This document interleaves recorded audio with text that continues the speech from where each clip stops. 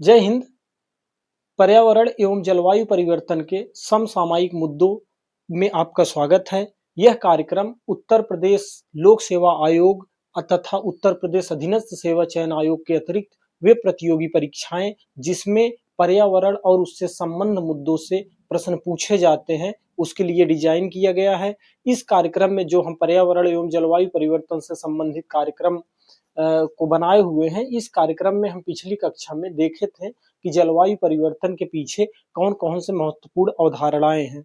आज के वीडियो कार्यक्रम में हम देखेंगे कि जलवायु परिवर्तन के रोकने के लिए कौन-कौन से वैश्विक प्रयास किए गए। चूंकि जलवायु परिवर्तन एक वैश्विक समस्या है और इसके समाधान के लिए कौन-कौन से प्रयास किए गए हैं।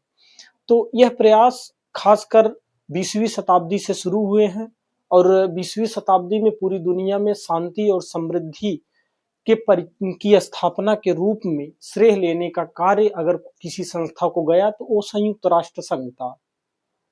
तो कहने का ये मतलब है कि पूरी दुनिया में औद्योगिक क्रांति पश्चिमी देशों के द्वारा कर दी गई थी। पिछली कक्षा में भी हम कवर कर चुके थे। तो ये औद्योगिक क्रांति एक तरफ जहां विकास को रफ्तार दी हुई थी, तो दूसरी तरफ विनाश की भी बीज बो चुकी थी। विनाश के बीज क्या थे? बड़े मात्रा में जीवाश्म ईंधन, चाहे वो डीजल हो, चाहे पेट्रोलियम हो, चाहे अन्य जीवाश्म ईंधन हो, इनको जलाया गया, कोयले को जलाया गया, जिससे बहुत बड़े मात्रा में कार्बन डाइऑक्साइड के साथ साथ अन्य ग्रीन हाउस के गैसों का उत्सर्जन हुआ, ग्लोबल वार्मिंग का प्रभाव देखने को मिला। तो इससे ये पता चला कि ग्लोबल वार्मिंग दुनिया के लिए विनाशकारी है। विभिन्न प्रकार के रिसर्च पेपर, विभिन्न प्रकार के वैज्ञानिकों को द्वारा तैयार की गई रिपोर्टें, लगभग 1967-68 की बात है। पश्चिमी देश, चाहे यूरोप हो, अमेरिका हो, इन देशों के द्वारा यह चिंताएं व्यक्त की गई कि जलवायु परिवर्तन एक उभर रहा है वैश्विक समस्या के रूप में। इसके समाधान के लिए हमें कुछ न कुछ प्रयास करना चाहिए। तो पश्चिमी देश द्वारा, चूंकि उस समय औद्योगिकरण उनकी पराकाष्ठा पर पहुंच चुका था, विकास रफ्तार दे चुकी थी पश्चिमी देशों में, और वहां की अर्थव्यवस्था भी बहुत अच्छे से चल रही थी। तो कहीं न कहीं हम कह सकते हैं कि पश्चिम देश ठीक ठाक स्थिति पे थे, औद्योगिकरण बढ़िया चल रहा था। और कहने का मतलब है कि जो ये जलवायु परिवर्तन के पीछे रिस्पॉन्सिबल हुए, तो पश्चिमी देश ज्यादा रिस्पॉन्सिबल हुए। तो उनका ये कहना था कि अब हम कहीं न कहीं जीवाश्म ईंधन के अगर यूज को कम करेंगे, जीवाश्म ईंधन के यूज से ग्रीन हाउस गैसों का उत्सर्जन कम होगा। कहने का अप्रत्यक्ष मतलब ये था कि औद्योगिकरण को इतने स्तर पर सीमित रखा जाए ताकि पर्यावरण को क्षति न हो। इससे विकासशील देश, चाहे भारत हो, भारत के साथ साथ अन्य विकासशील देश, जब विकासशील देश, उनकी क्या समस्याएं थी कि उस समय उनके यहाँ गरीबी, भूखमरी, बेरोजगारी, ये सारी चीजें जड़ जमाई थी। भारत भी इसमें कहीं पीछे नहीं था। जो हमारे देश 70 के दशक के आसपास भयंकर भूखमरी, भयंकर गरीबी, इन सारी चीजों से अछूता नहीं था। और उसी समय पश्चिमी देश की रिपोर्टें, पश्चिमी देश के बहुत सारे अनुसंधान के पेपर यह बताते थे कि औद्योगिकरण दुनिया के लिए संकट का विषय है। और इससे क्या होता है कि यूनाइटेड नेशन इसके ऊपर एक कार्य करना शुरू करता है। और कार्य क्या था कि पूरी यूनाइटेड नेशन जो हमारा है, संयुक्त राष्ट्र संघ है, उसकी कई संस्थाएं हैं। उसमें एक महत्वपूर्ण संस्था है, उस संस्था का नाम है यूनाइटेड नेशन जनरल असेंबली, संयुक्त राष्ट्र महासभा। तो जो संयुक्त राष्ट्र महासभा है, वह एक सम्मेलन आयोजित करता है। वह सम्मेलन स्टॉकहोम में होता है। स्वीडन की राजधानी है स्टॉकहोम। स्टॉकहोम में जो है 1972 की बात है। 1972 में स्टॉकहोम में एक सम्मेलन आयोजित करता है स्टॉकहोम में। इसी के कारण इस सम्मेलन को स्टॉकहोम सम्मेलन कहा जाता है। 5 जून को आयोजित की जाती है। इस सम्मेलन में पूरी दुनिया के जितने देश उस समय संयुक्त राष्ट्र महासभा के सदस्य थे, लगभग 122 देश, उन देश को एक मंच पे लाया जाता है और उनके संज्ञान में ये चीज डाली जाती है कि जलवायु परिवर्तन जो अभी हो रहा है, ग्लोबल वार्मिंग जो हो रहा है, पर्यावरण प्रदूषण हो रहा है, वो सब जन हानि पहुंचा सकता है मानव जाति के लिए, वनस्पतियों के लिए, हमारे रहवास के लिए खतरा है। कहने का ये मतलब है। तो होता ये है कि स्टॉकहोम में 122 देश, लगभग 122 देश सदस्य स्टॉकहोम में आते हैं और यहाँ पर जो सम्मेलन होता है उस सम्मेलन को स्टॉकहोम सम्मेलन कहा जाता है। ये 5 जून को हुआ था और 5 जून को होने के कारण इसी सम्मेलन से हर साल 5 जून को विश्व पर्यावरण दिवस मनाया जाता है। स्टैटिक टाइप क्वेश्चन है।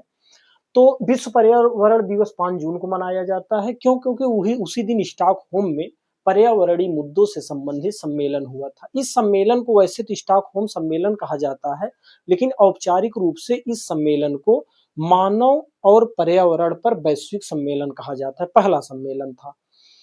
अब इसके बाद क्या होता है कि इस सम्मेलन से कुछ चीजें निकल कर आती है। निकल के आती है कि पूरी दुनिया को कहीं न कहीं एकजुट किया गया, एक मंच पर किया गया कि हमको विकास तो करनी है, औद्योगीकरण करना है, लेकिन औद्योगीकरण के साथ-साथ हमें पर्यावरण को इतना संरक्षण रखने की ज़रूरत है कि हम आगे वाली पीढ़ियों को उनको कुछ हद तक ट्रांसफ़र कर सकें संसाधन।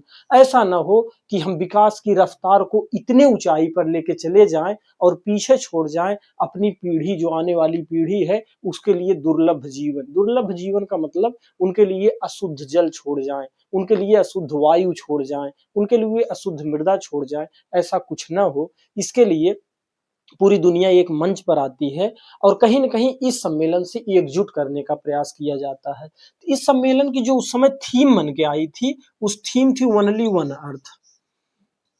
ओनली वन अर्थ उस समय की थीम बनी, ओनली वन अर्थ। दूसरा इस सम्मेलन का निष्कर्ष निकलता है, कंक्लूजन निकलता है कि अब जो आगे सम्मेलन होगा, कहीं नहीं कहीं दुनिया एकजुटता दिखाएगी, लोगों के अंदर पर्यावरण जागरूकता पनपी है इस सम्मेलन से।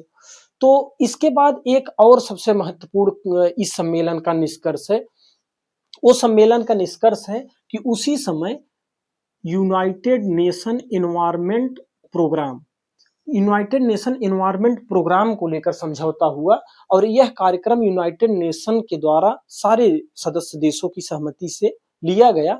यह एक संस्था के रूप में उभरा और यह संस्था का आज जो मुख्यालय हो वो नैरोबी में है। नैरोबी जो है केन्या में है। नैरोबी में इसका हेडक्वार्टर है यूनाइटेड नेशन एनवायरनमेंट प्रोग्राम का। अन्य सम्मेलन भी अब इसके बाद आएंगे चर्चा में, लेकिन अब यही चूंकि हम एक दिवसीय प्रतियोगी परीक्षा को ज्यादा टारगेट करते हैं, ज्यादा फोकस करते हैं, तो डियर हम यहाँ कोशिश करेंगे उन तथ्यों को यहाँ जोड़ दें जो करंट अफेयर के इशू हैं।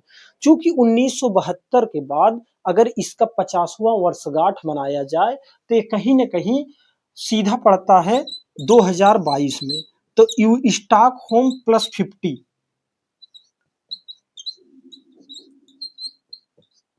स्टॉकहोम प्लस 50 इसका आयोजन जो है ये 2022 में किया गया और 2022 में करने पर भी कुछ चीजें निकल के आई। पूरी दुनिया इस चीज पर सहमति जताई। क्या सहमति जताई? कि हम जलवायु परिवर्तन को लेकर के अपनी बातों को रखें, जलवायु परिवर्तन को लेकर लोग सहमति दिखाएं। दूसरा था कि अगर औद्योगिकरण आप कर रहे हैं तो उसका जो अपशिष्ट निकलता है, उद्योग से जो अपशिष्ट निकलता है, उस अपशिष्ट को सुरक्षित रूप से निपटान किया जाए। आज सबसे बड़ा प्रॉब्लम जो है वो औद्योगिक अपशिष्ट को लेकर है, जो नदियों को सबसे ज्यादा पलूट करती हैं। कानपुर में भयंकर देखने को मिलता था, अब तो कहीं न कहीं सीवर ट्रीटमेंट प्लांट और भी प्लांट लगा दिए गए हैं जिससे पानी को शुद्ध करके नदियों में छोड़ा जाता है। और इसमें औद्योगिक अपशिष्ट के निपटान की बात की गई।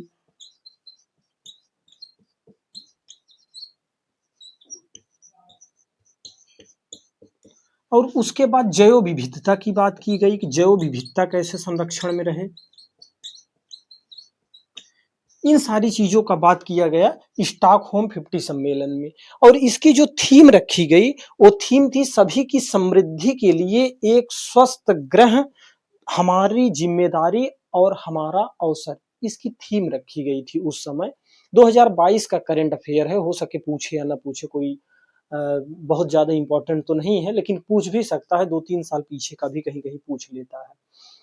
ये रहा स्टॉकहोम सम्मेलन और इसको हम इसी सिलसिले से कवर करेंगे जो ग्रीन हाउस और इमिशन होता है, उत्सर्जन होता है, ग्लोबल वार्मिंग होता है। हम उन्हीं फैक्टर को छूते छूते हम आएंगे उस स्तर पर जो कदम उठाए गए भारत सरकार के द्वारा, दुनिया के द्वारा, जिससे ग्लोबल वार्मिंग कम हो। हम उन्हीं फैक्टर को छूएंगे। अगर हम पूरे एनवायरमेंट से जो जो कदम उठाए गए अगर हम पूरे को कवर करते चलेंगे तो कहीं ना कहीं सेशन बहुत ज्यादा लंबा हो जाएगा। तो ज्यादा लंबा ना हो, आपका भी टाइम इंपॉर्टेंट है और आप किताब पढ़ने में ज्यादा रुचि आपको आ जाए और यहाँ से कुछ क्वेश्चन आपको देखने को मिल जाए, ये हमारी सबसे ज्यादा प्राथमिकता है, पहली प्राथमिकता यही है। अब क्या होता है कि जब स्टॉकहोम हो जाता है, इसके 20 साल बाद जब 20वीं वर्षगांठ होती है, 20 वर्ष में जब 20 वर्ष जोड़ेंगे तो ये होता है 1992 का ईयर। जो 1992 का ईयर है, यहाँ पर दुनिया के फिर सारे देश जो यूनाइटेड नेशन के देश हैं, वो देश फिर जुटते हैं। कहाँ जुटते हैं? ये रियो डी जेनेरियो में जुटते हैं।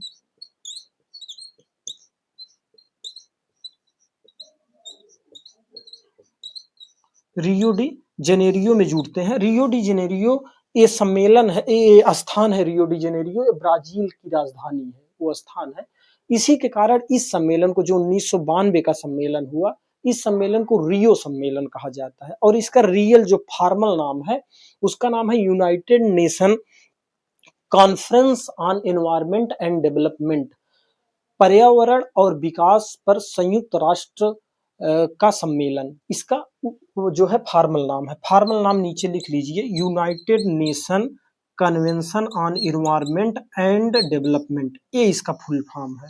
1992 में किया जाता है। जो रियो सम्मेलन है, उस रियो सम्मेलन से बहुत सारी चीजें निकल कर आती हैं। कौन कौन निकल के आती हैं? एक तो है एजेंडा 21।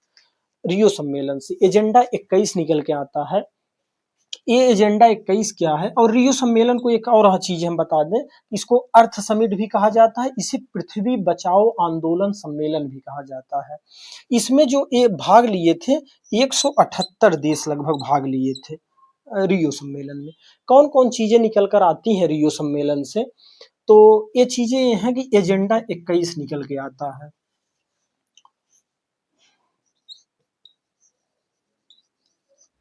एजेंडा 21 निकल के आता है। तो हम देखें रियो सम्मेलन का जो एजेंडा 21 है वो क्या है। तो एजेंडा 21 का ये मतलब है कि जो हमारा 21वीं शताब्दी, चूंकि 1992 में जो रियो सम्मेलन आया वो एकदम दहलीज पे खड़ा था 21वीं शताब्दी के। तो 21वीं शताब्दी के जो दहलीज पर खड़ा है, इनका ये एजेंडा था 21वीं शताब्दी में पूरी दुनिया एक मंच पर आकर के सहयोग करेगी। और सहयोग किसके खिलाफ करेगी? जलवायु परिवर्तन से कैसे बचा जाए। कहने का मतलब है पर्यावरणीय मुद्दों से कैसे बचा जाए, गरीबी से कैसे निपटा जाए, बेरोजगारी से कैसे निपटा जाए, बीमारी से कैसे निपटा जाए। इन सारे चीजों को एक दूसरे से मिलकर सहयोगात्मक भावना लेकर के हम आगे बढ़ेंगे। यही था एजेंडा 21। और एजेंडा 21 गैर बाध्यकारी है। सारे देशों को ये कहा गया कि आप लोग एजेंडा 21 बनाइए। एजेंडा 21 का सीधा मतलब है सतत विकास करेंगे। सतत विकास का मतलब है कि हम औद्योगिक विकास तो करेंगे ही करेंगे, इंफ्रास्ट्रक्चर डेवलपमेंट करेंगे ही करेंगे, इकोनॉमिक डेवलपमेंट करेंगे ही करेंगे, लेकिन हम संसाधनों का दोहन इस तरीके से करेंगे कि आने वाली पीढ़ी को हम सुव्यवस्थित संसाधन उपलब्ध करा सके, सुरक्षित रख सकें। हम अपने जीवन को, जो उपलब्ध संसाधन है उस संसाधन से तो बड़े अच्छे से जी लेंगे, लेकिन हमारी आने वाली जो पीढ़ी होगी वह उस संसाधन से अभावग्रस्त होगी। हम अपने पीढ़ी को उपहार के तौर पर गलत या दोहन युक्त संसाधन नहीं देंगे। क्लीन एनर्जी दे करके, क्लीन वायु दे करके, क्लीन सॉइल देकर, मिट्टी देकर, क्लीन वाटर दे करके जाएंगे। यही था एजेंडा 21। एजेंडा 21 में विकसित देश, विकासशील देश को कोऑपरेट करने की भी बात करते हैं। यही था एजेंडा 21। दूसरा क्या सबसे महत्वपूर्ण निर्णय लिया गया, और वह एक संस्था के रूप में भी उभरा। वो संस्था थी United nation framework convention on climate change. ये उभर कर आती है। उसके साथ साथ और भी सारी चीजें हैं, वो भी आती हैं। मरुस्थलीकरण के लिए ये UN CCD ये निकल कर आता है। यूनाइटेड नेशन यूनाइटेड नेशन ये जो UNCCD है ये मरुस्थलीकरण से निपटने के लिए आता है। इसके बाद CBD आता है, यहीं से निकल के आता है CBD, ये बायोडाइवर्सिटी को सुरक्षित रखने के लिए आता है। जो उष्णकटिबंधीय क्षेत्र है भारत में, पूरी दुनिया में, पृथ्वी पर जो उष्णकटिबंधीय बेल्ट है, उस बेल्ट पर उष्णकटिबंधीय वन पाए जाते हैं, चाहे वो अमेज़न के वन हो, चाहे वो जो अमेज़न के वन ही सबसे महत्वपूर्ण वन है, जो उष्णकटिबंधीय वन है। इन वन को कैसे सुरक्षित रखा जाए? क्यों? क्योंकि ये वन ही है जो अधिकतर कार्बन डाइऑक्साइड और ग्रीन हाउस, कार्बन डाइऑक्साइड खासकर, उसका अवशोषण करते हैं, जिससे पृथ्वी पर कार्बन डाइऑक्साइड का बैलेंस बना रहे। तो यहाँ पर हम ये कहें कि वन संरक्षण की भी बात किया गया, वन संरक्षण की बात किया गया, चूंकि हमारा मेन मोटो ये है कि हम समझ सकें कि ग्लोबल वार्मिंग को रोकने के लिए दुनिया किस हद तक प्रयास कर रही थी। तो एजेंडा 21 जो है सतत विकास की बात करता है, सस्टेनेबल डेवलपमेंट की बात करता है, लेकिन United nation framework convention on climate change जो है वो सबसे ज्यादा इंपॉर्टेंट हो जाता है। तो हम इसको देखते हैं, United nation framework on climate change, convention on climate change, इसको देखेंगे और इम्पोर्टेंट है। अभी इसी से हम करते करते, छोटे छोटे चीजों को देखते देखते हम आ जाएंगे आज के मुद्दों को लेकर के, जो आज कदम उठाए जा रहे हैं दुनिया के द्वारा।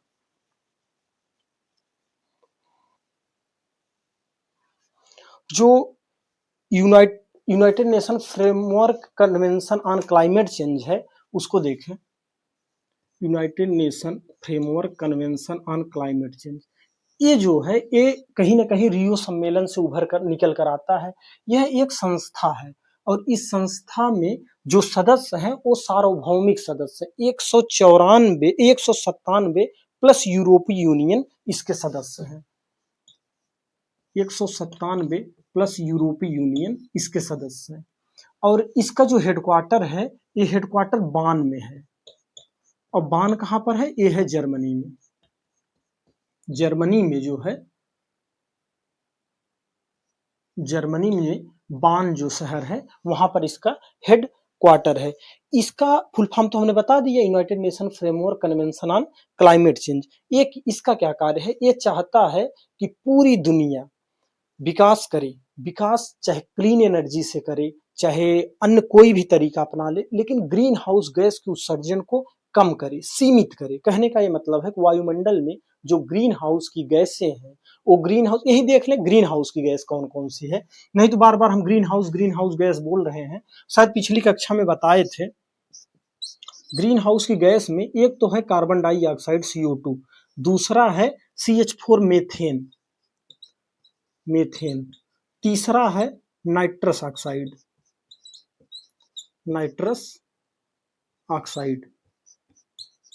ऑक्साइड, और चौथा हमारा है वो है HFC, हाइड्रोफ्लोरोकार्बन,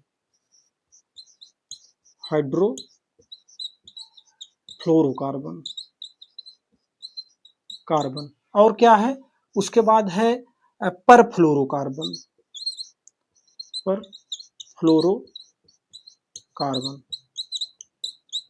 उसके बाद एक है सल्फर हेक्साक्लोराइड,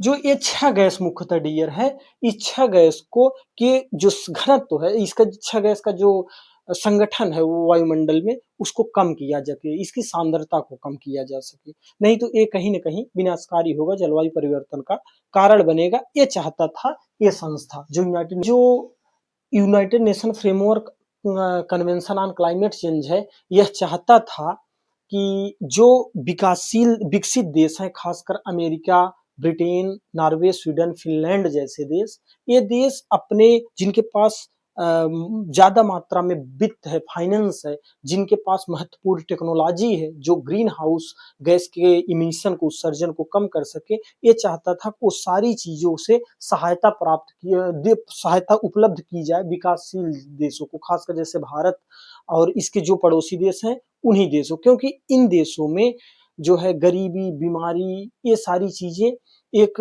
बहुत जड़ जमाई हुई हैं, इसे नहीं नकारा जा सकता। ये देश चाहते, ये जो संस्था है चाहती है कि टेक्नोलॉजी हो, फाइनेंस हो, इन विकासशील देशों को भी ट्रांसफर किया जाए, दिया जाए। इसी को लेकर के यह हर साल फ्यूचर में जलवायु परिवर्तन को कैसे रोका जाए, कौन कौन से कार्य किए जाएं, यह हर साल एक सम्मेलन आयोजित करती है। उस सम्मेलन का नाम है कॉप सम्मेलन। कॉप का मतलब होता है conference of parties, conference of the parties, इसका कॉप का पूरा नाम है। यह प्रतिवर्ष आयोजित होता है, प्रतिवर्ष आयोजित होता है। और इसके सदस्य देश जो हैं ये इसके सदस्य होते हैं। और ये महत्वपूर्ण वही चीजें हैं कि शिफ्ट करना चाहता है पूरी दुनिया को क्लीन एनर्जी की तरफ। कहने का मतलब है जलवायु परिवर्तन से लड़ने के लिए पूरी दुनिया को सक्षम बनाने का प्रयास करता है। अब जो कॉप का आयोजन करता है प्रतिवर्ष, उसमें एग्जाम के लिए तो अभी तक 30 कॉप का आयोजन हो चुका है। तो 30 का नाम अगर आप चाहें तो आप रेफरेंस के तौर पर कुछ किताबों से पढ़ सकते हैं। यहाँ हम महत्वपूर्ण कॉप का नाम बता देते हैं और उस कॉप से कौन कौन महत्वपूर्ण निष्कर्ष निकल के आए हैं उसकी बातें कर लेंगे। तो कहने का मतलब है कि अगर आप सारे कॉप के बारे में पढ़ना चाहते हैं तो रेफरेंस बुक में, जो रेफरेंस बुक हम आप पढ़ के स्वयं बताते हैं आप लोग को, क्योंकि हम तो पर्सनल कोई ज्ञाता है नहीं, हम भी किताब पढ़ते हैं। तो आप दृष्टि की क्विक बुक जो आती है पर्यावरण एवं परिस्थितिक, उसको पढ़ सकते हैं। नहीं तो जो परीक्षा बाड़ी की किताब आती है उसको भी आप पढ़ सकते हैं। तो जो कॉप का आयोजन होता है प्रतिवर्ष होता है और सारे सदस्य जो हैं इसमें भाग लेते हैं। Conference of the parties, parties में वही सदस्य देश ही इसकी पार्टीज होते हैं। तो इसमें कौन कौन से देश हैं जो कॉप में आए हैं तो हम महत्वपूर्ण बता देते हैं। खासकर कॉप 20 से लेकर के 30 तक की बातें हम कर लेते हैं। तो जो कॉप 20 है, कॉप 20 का आयोजन 2014 में होता है और ये होता है लीमा में। लीमा जो है वो पेरू की राजधानी है। पेरू में जो लीमा है वहां पर कॉप 20 का आयोजन होता है। और कॉप 21 का आयोजन जो है वो पेरिस में होता है। पेरिस में होता है, ये 2015 में होता है। ये 2015 में होता है और यहीं से निकल के आती है पेरिस संधि। पेरिस संधि, अभी हम पेरिस संधि के बारे में जब सारे कॉप को नाम याद कर ले थोड़ा, तब आपको पेरिस संधि के बारे में बता देंगे। और कॉप 22 जो है ये माराकेस में होता है, माराकेस में होता है। ये 2016 में होता है माराकेस में। और कॉप 23, कॉप 23 जो होता है ये होता है बॉन में। कॉप ये होता है बॉन में। बॉन जो है ये है जर्मनी में। बॉन जर्मनी में होता है 2017 में। मिलान करने के लिए आएगा, बस ये डाटा है, याद कर लीजिए ऐसे। जो कॉप 23 है, सॉरी 24 है, कॉप 24 है, ये होता है काटाविस। काटाविस में होता है। काटाविस पोलैंड में है, ये 2018 में होता है। अब जो कॉप 25 है ये होता है मैड्रिड में। कॉप 25 जो है स्पेन की राजधानी है मैड्रिड, यहाँ पर होता है। मैड्रिड स्पेन में होता है 2019 में। और जो कॉप 26 है ये होता है ग्लासगो में। चूंकि 20 में कोविड आ गया था तो ये 2021 में होगा।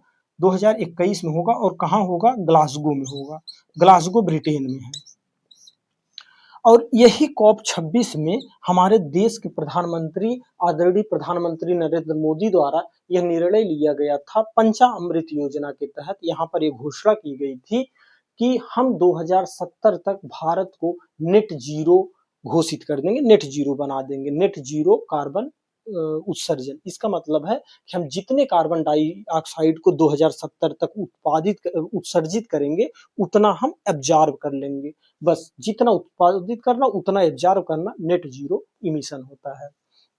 ये 2026 में ये कॉप 26 का मामला था। जो कॉप 27 है,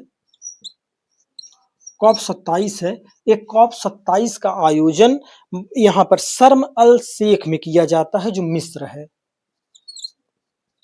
शर्म अल शेख, शर्म अल शेख ये मिस्र में है। बोल रहे हैं, अगर राइटिंग में समझ में आए तो आप ऐसे लिख सकते हैं। जो कॉप 28 है ये दुबई में किया जाता है। दुबई, यूएई, यूनाइटेड अरब अमीरात की राजधानी है दुबई। और जो COP 29 है ये किया जाता है बाकू शहर, अजरबैजान में है, बाकू में किया जाता है। COP 28 जो है 2022 में किया जाता है और COP 29 2023 में किया जाता है और COP 28 2023 में किया जाता है और COP 29 बाकू में किया जाता है 2024 को। और जो लास्ट COP अभी लेटेस्ट में हुआ है वो हुआ है COP 30, जो COP 30 है उसका आयोजन अभी बेलम शहर में किया गया। बेलम, तो बेलम कहाँ है? ये ब्राजील में है, ब्राजील में है। तो अब सबसे महत्वपूर्ण करंट अफेयर का जो मुद्दा है वो COP 30 है। COP 30 कब किया गया? अभी जो हम पिछली साल जो अभी अलविदा कहे हैं 2025, इसमें 10 नवंबर को ब्राजील के बेलम शहर में COP 30 का आयोजन किया गया था। इरेज करते रहें और फिर आपको बताएं। जो बेलम शहर है ब्राजील में, यहाँ पर हमारे देश की तरफ से जो प्रतिनिधित्व करे थे हमारे पर्यावरण एवं जलवायु परिवर्तन मंत्री श्री भूपेंद्र यादव जी, भारत की तरफ से COP में भाग लिए थे बेलम में।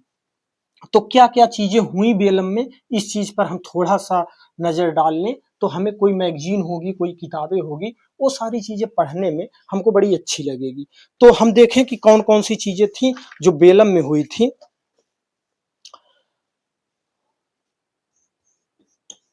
COP 30 बेलम शहर, ब्राजील में, और भारत के तरफ से रिप्रेजेंट किए थे पर्यावरण एवं जलवायु परिवर्तन मंत्री भूपेंद्र यादव जी। यहाँ पर कौन कौन सी बातें रखी गई? वही पुरानी बातें जो जरूरी है। यहाँ पर ये रखा गया कि हम ग्रीन हाउस इमिशन को कम करेंगे। यही सारी चीजें पेरिस समझौता में भी कहा गया है, अभी देखेंगे, पेरिस समझौता देख लेंगे। तो हम ग्रीन हाउस उत्सर्जन को कम करेंगे। हम जो पर्यावरण है, जो जलवायु परिवर्तन अगर कुछ हद तक हो गया है उसको हम ब्रेक कैसे करें? तो ब्रेक तो कर दिए हैं लेकिन उसका कुछ ना कुछ साइड इफेक्ट तो हमारे ऊपर पड़ेगा ही, हमारे वनस्पति वेजिटेशन के ऊपर, एनिमल के ऊपर, ग्लेशियर के ऊपर तो पड़ेगा ही। तो हमें एडाप्टेबिलिटी आनी चाहिए, हमें कोई चीज अनुकूलित होना चाहिए किसी भी पर्यावरण में। तो अनुकूलन के प्रति कैसे शिफ्ट हुआ जाए, कैसे अडाप्ट किया जाए, इसकी भी बातें कुछ की गई हैं। और कहा गया है कि जो विकसित देश है वो विकासशील देशों को वित्तीय और तकनीकी सहायता बखूबी उपलब्ध कराएं। इसमें किसी भी प्रकार की ऐसी चीजें न रखें जिससे विकासशील देश भारी मात्रा में उत्सर्जन रखे। तो ये सारी चीजें बातें रखी गई। यहाँ पर एक बेलम पैकेज की घोषणा की गई थी और ये सारी चीजें बेलम पैकेज कहीं न कहीं जलवायु परिवर्तन से लड़ने के लिए है। बेलम पैकेज की घोषणा की गई। और दूसरा है वो है मोतीराओ समझौता हुआ है,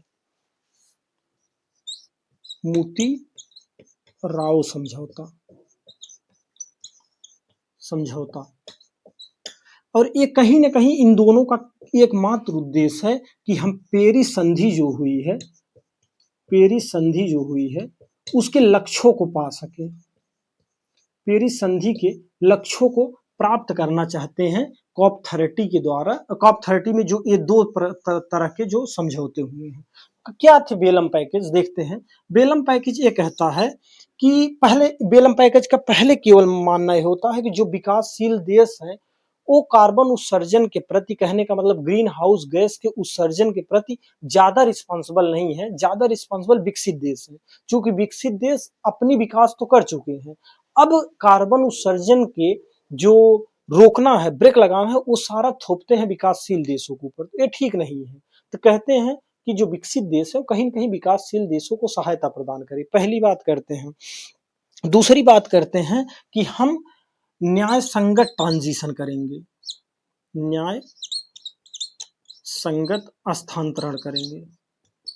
अच्छा, न्याय संगत ट्रांजिशन मतलब क्या होता है? जस्ट ट्रांजिशन, ये शब्द इंग्लिश में प्रयोग किया गया है और हिंदू वगैरह न्यूज़पेपर में सब दिया था जब ये COP हुआ था। इसका ये मतलब होता है कि अगर हम आज एकाएक जो जीवाश्म ईंधन है जिससे हम एनर्जी यूज कर रहे हैं बिजली क्षेत्र में, कोयला, पेट्रोलियम, डीजल, ये सारी चीजों का बड़े बड़े मात्रा में यूज हो रहा है भारत में। अगर एकाएक इसको हम रोक दें और रोक कर सोलर के ऊपर, पनबिजली के ऊपर, इन सारी चीजों के ऊपर शिफ्ट कर जाए, क्लीन एनर्जी, कहने का मतलब क्लीन एनर्जी की तरफ शिफ्ट हो जाए, तो इसमें ये होगा कि हमारी अर्थव्यवस्था ठप हो जाएगी।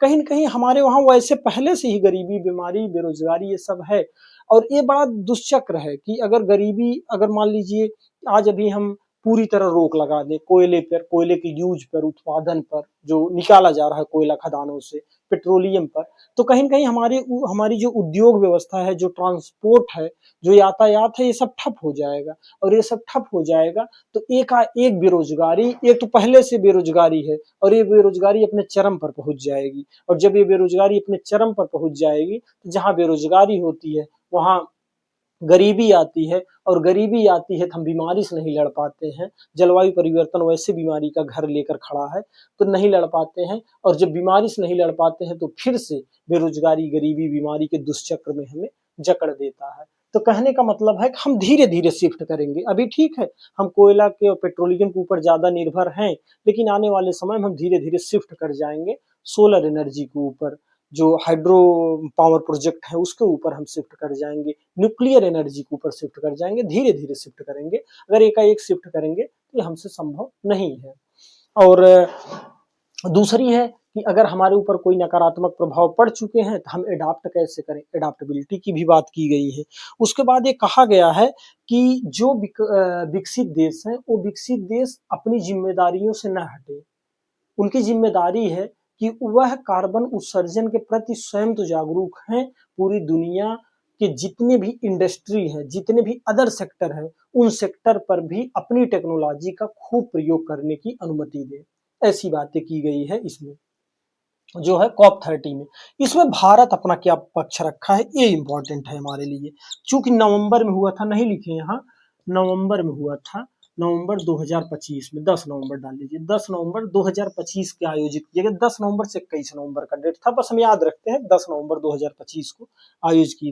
भारत है, भारत का इंपॉर्टेंट ये है कि भारत ने अपना एनडीसी लॉन्च किया है। एनडीसी का पूरा नाम है nationally determined contribution, nationally determined contribution.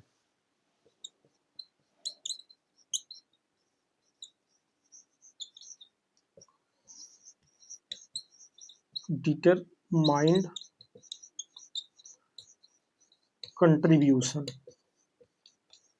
ये नेशनली डिटरमाइंड कंट्रीब्यूशन ये क्या है, ये प्रत्येक राष्ट्र द्वारा एक निश्चित समयावधि, विशेषकर हर 5 साल में तैयार की जाती है क्या, पहले इसको देखें, तैयार तो की जाती है।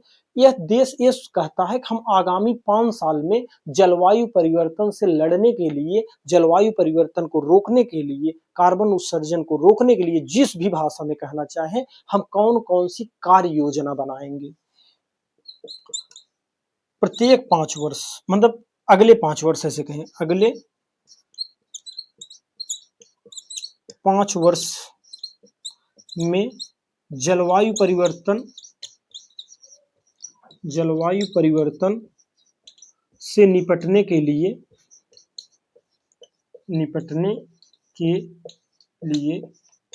कार्य योजना तैयार करना, कार्य योजना तैयार करना। ये कौन करता है, ये कौन, भारत ने अपना प्रस्तुत किया एनडीसी। यह एनडीसी 2035 के लक्ष्य पर जो है भारत ने कहा कि हम 2035 तक, कहा कि हम ग्रीन हाउस के गैसों के उत्सर्जन को रोकने के लिए कौन कौन से ऐसे कार्य कर रहे हैं जो 2035 तक हम करेंगे। तो भारत ने अपना एनडीसी 2035 के लक्ष्य को, कि जो एनडीसी था, उस एनडीसी को COP30 में रखा है श्री भूपेंद्र यादव के माध्यम से। दूसरा क्या था इसमें कि पूरी दुनिया अपनी बातें रखा, सारे देश अपने अपने एनडीसी रखे होंगे। नेट जीरो की बातें सारी दुनिया करती है, गैर जीवाश्म ऊर्जा की बात करती है, जो सारी चीजें हम आपको बता चुके हैं। तो अब इसको हम इरेज करें, और इरेज करने के बाद आपको ये बताते हैं कि जो COP3 हुआ था 1997 में, वो क्योटो प्रोटोकॉल, उसी में COP3 जो है वो जापान में हुआ था, और जापान में क्योटो नामक स्थान पर हुआ था। तो क्योटो नामक स्थान से एक समझौता निकल कर आया, उस समझौते का नाम था क्योटो प्रोटोकॉल। तो क्योटो प्रोटोकॉल जो है वो 1997 में हुआ, लोगों के बीच सहमति बनी और 2005 में इसे बखूबी पूरी दुनिया में जो प्रभावी बनाया गया, लागू किया गया और भारत 2002 से क्योटो प्रोटोकॉल का रेटिफाई किया। क्योटो प्रोटोकॉल को अपने यहाँ रेटिफाई करना क्या होता है, वीरेश करें फिर आपको बताते हैं।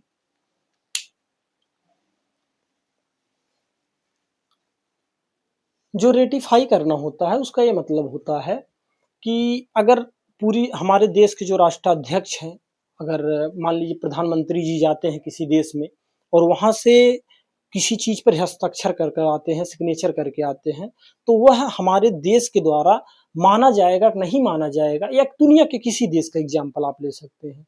जब वहां की जो विधायिका है, कहने का मतलब है पार्लियामेंट है, अमेरिका का सीनेट है, ये अगर उसको अनुमति देगा, अपने यहाँ पास कर देगी, लोकसभा राज्यसभा पास कर देगी, तब उसको माना जाएगा कि ये अब हमारे यहाँ एक्सेप्ट कर दिया गया है। ऐसा नहीं है कि हमारे माननीय प्रधानमंत्री जी कहीं गए और किसी समझौते को लेकर के और किसी एग्रीमेंट को लेकर के साइन किए, लेकिन हमारी पार्लियामेंट उसको नकार देती है। अगर पार्लियामेंट में बहुत सारी समितियां होती है, उसको हम इन डेप्थ नहीं जाएंगे, अगर वो नकार देती है तो वो माना नहीं जाएगा।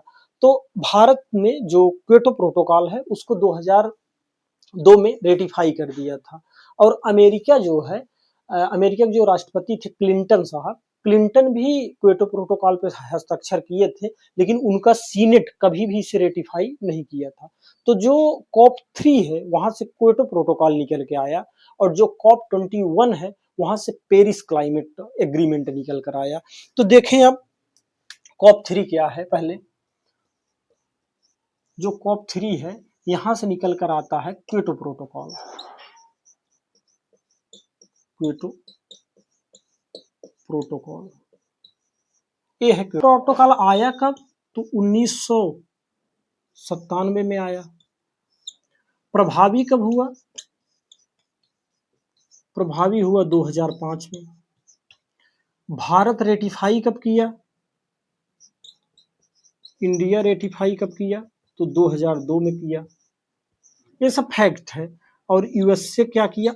कभी भी रेटिफाई नहीं किया।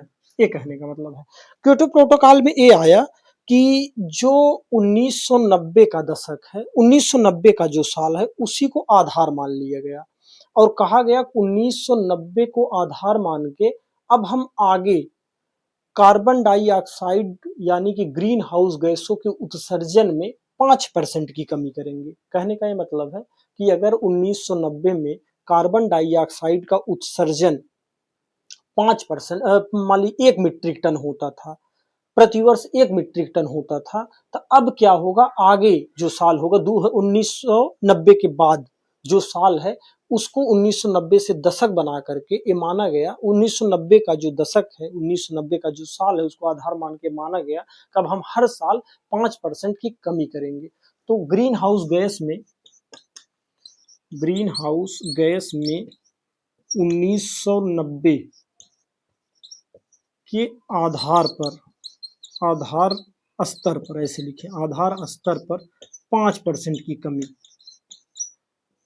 कमी का प्रयास। अच्छा, सिर्फ प्रयास ही नहीं बल्कि यह क्योटो प्रोटोकॉल एक बाध्यकारी अंतरराष्ट्रीय संधि है।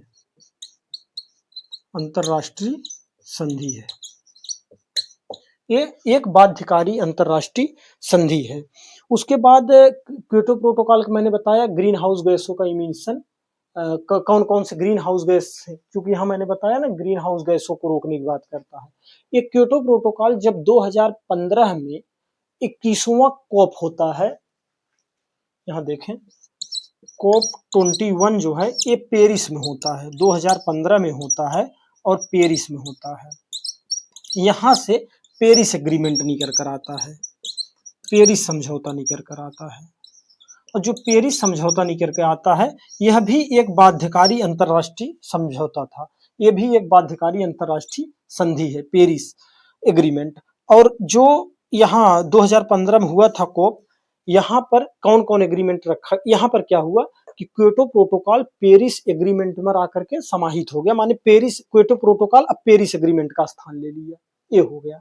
ठीक, अब पेरिस एग्रीमेंट में ये कहा गया कि हम प्रतिवर्ष जो 21वीं सदी का दशक है, 21वीं सदी में कार्बन डाइऑक्साइड का जो उत्सर्जन है उसको इतने हद पर रोकेंगे कि जो वैश्विक ताप है उसको 21वीं सदी में जो विश्व गर्म होगी, पूरी धरती गर्म होगी, तो हम धरती के गर्मी को 2 डिग्री सेंटीग्रेड तक रोकेंगे। पृथ्वी की पृथ्वी के तापमान में 2 डिग्री सेंटीग्रेड में बढ़ोतरी। बस मतलब इनका कहने का ये मतलब है कि 21वीं सदी जो होगी उस अच्छा इसका आधार कौन सा बनाया गया, महत्वपूर्ण है। आधार ये है इसका पूर्व औद्योगिक क्रांति, पूर्व औद्योगिक विश्व। एकदम सीधी बात आप समझिए, बड़ी आसानी, बड़ा सरल है, टफ नहीं है कि जब औद्योगिकरण पश्चिमी देशों द्वारा नहीं किया गया था तो तापमान कुछ रहा होगा। हम मानते हैं तापमान 30 डिग्री, पूरी दुनिया का तापमान मान लीजिए 30 डिग्री से, ऐसा हाल है नहीं, मान लीजिए 30 डिग्री सेंटीग्रेड पूरी दुनिया का तापमान तब था जब 18वीं सदी में जो औद्योगिकरण नहीं हुआ था। इनके कहने का मतलब अब जो 21वीं सदी चल रहा है, हम पूरी 21वीं सदी में पृथ्वी के तापमान को 2 डिग्री तक जो है हम केवल सीमित करेंगे और वहां तक रोकेंगे, उससे ज्यादा नहीं बढ़ने देंगे। और इनकी ये कोशिश थी कि मैक्सिमम 1.5 डिग्री तक ही बढ़ने का प्रयास किया जाए। 2 डिग्री तक तो सीमित कर देंगे, रोक देंगे, 2 डिग्री से नहीं बढ़ने देंगे, लेकिन हम 1.5 डिग्री जो है 1.5 डिग्री तक ही, डिग्री सेंटीग्रेड, बार सेंटीग्रेड, फ़ारेनहाइट नहीं है, 1.5 डिग्री सेंटीग्रेड तक ही सीमित कर देंगे, रोक देंगे। ऐसी बातें की गई थी पेरिस एग्रीमेंट में।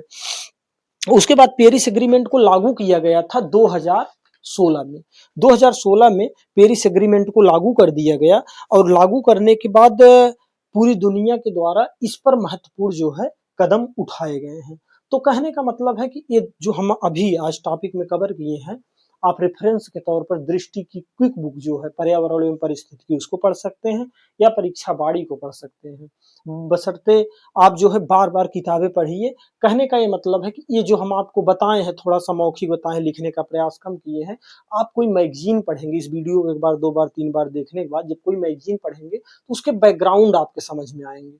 कोई न्यूज आएगा भी जो आगे एग्रीमेंट और कुछ हुए हैं उससे संबंधित कोई कदम उठाए जाएंगे अंतर्राष्ट्रीय स्तर पर, तो वो भी आपको बड़े अच्छे से समझ में आएंगे। और सबसे अच्छी बात है कि अब हमारा देश जो भारत है वो कैसे कैसे क्लीन एनर्जी की तरफ शिफ्ट हो रहा है, उसको भी समझने में हमें बड़ा अच्छा लगेगा और हम बड़े अच्छे से समझ जाएंगे हम क्यों क्लीन एनर्जी की तरफ शिफ्ट होते चले जा रहे हैं।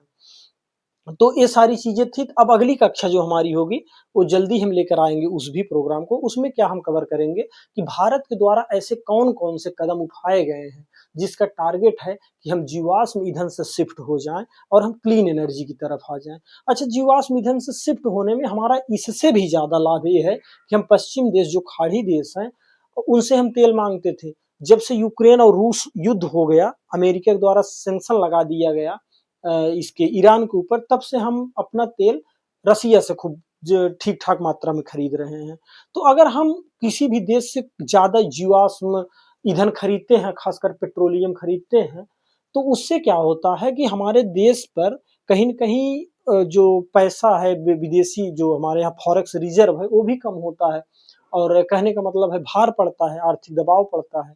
और इससे क्या होगा कि अगर हम क्लीन एनर्जी की तरफ शिफ्ट हो जाएंगे, चूंकि हमारे यहाँ ठीक ठाक मात्रा में जो है सुविधाएं ऐसी हैं कि जिससे हम क्लीन एनर्जी की तरफ शिफ्ट हो सकते हैं। कौन कौन सी सुविधाएं हैं? अब चाहे वो सोलर पावर हो, चाहे वो हाइड्रो पावर प्रोजेक्ट हो, चाहे वो न्यूक्लियर हो, धीरे धीरे हम शिफ्ट होने से पर्यावरण तो क्षति तो बचेगा ही बचेगा, दुनिया में भारत की अच्छी छवि भी जाएगी। इसके साथ साथ जो हम वैश्विक तेल खरीदते हैं उससे हमारे ऊपर जो, अगर सीधी भाषा में कहें, कर्ज का भी भार पड़ता है, बैलेंस ऑफ पेमेंट भी डिसबैलेंस होता है, इससे भी हम बच जाएंगे बड़ी मात्रा में। इसके लिए भारत कौन कौन से कदम उठा रहे हैं? अगर सोलर प्रोजेक्ट है तो सोलर प्रोजेक्ट का लाभ क्या है?